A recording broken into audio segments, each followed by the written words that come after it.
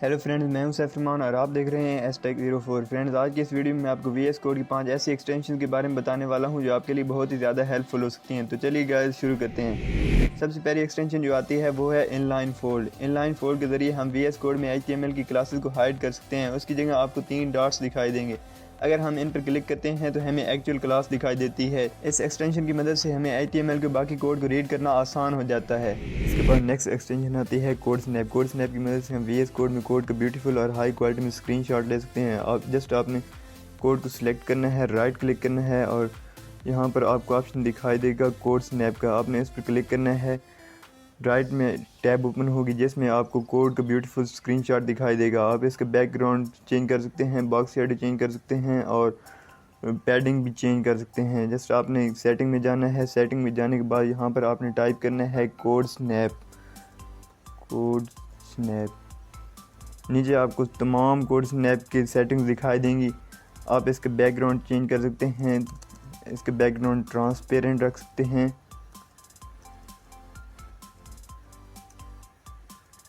ये देखो स्क्रीनशॉट का बैकग्राउंड ट्रांसपेरेंट हो गया। आप इसके बॉक्स शेडो चेंज कर सकते हैं, लाइन नंबर शो करा सकते हैं। जैसे कि यहाँ पर लाइन नंबर शो हो रही हैं, आप इसको अनचेक कर सकते हैं जिससे आपके लाइन नंबर शो नहीं होंगी। लाइन नंबर शो करा सकते हैं, वही लाइन नंबर शो करा सकते हैं जो VS कोड में दिखाई दे रही हैं। तो आपने रियल लाइन नंबर को चेक करना है और अगेन स्क्रीनशॉट लेना है, तो आपको वही लाइन नंबर दिखाई देंगी जो आपको VS कोड में दिखाई दे रही हैं।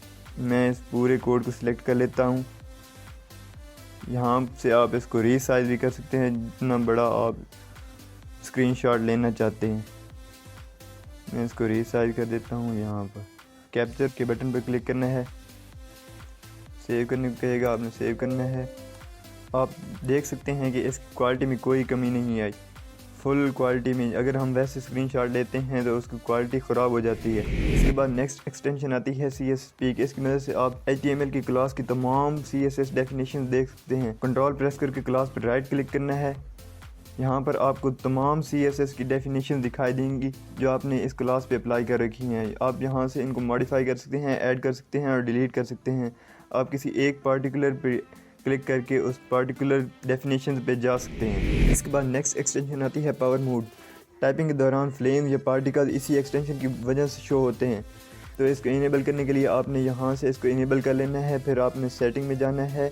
सेटिंग में जाने के बाद आपने यहाँ पर टाइप करना है पावर मोड। यहाँ पर आपको ऑप्शन दिखाई देगा पावर मोड इनेबल्ड, आपने इसको चेक कर लेना है। इसके बाद यहाँ पर आपको इसके प्रीसेट्स मिल जाएंगे। आप यहाँ से इसको चेंज कर सकते हैं। डिफ़ॉल्ट ये पार्टिकल्स रहते हैं तो आप इसको फ्लेम भी रख सकते हैं।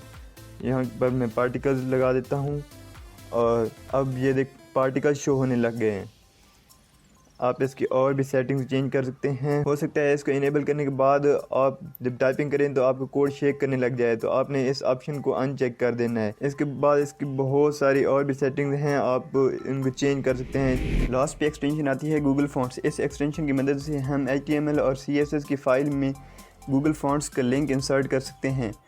जस्ट आपने Ctrl+Shift+P प्रेस करना है और यहाँ पर टाइप करना है गूगल फॉन्ट्स। अगर आपने CSS में लिंक इंपोर्ट करना है तो आपने CSS इंपोर्ट वाले पे क्लिक करना है और अगर आपने HTML की फ़ाइल में लिंक इंसर्ट करना है तो आपने सेकंड वाले ऑप्शन को चूज़ करना है। मैंने CSS की फ़ाइल में लिंक इंपोर्ट करना है तो मैं फर्स्ट वाले ऑप्शन को सिलेक्ट करूँगा। यहाँ पर फॉन्ट का नेम टाइप करूँगा और इसको सिलेक्ट करूँगा।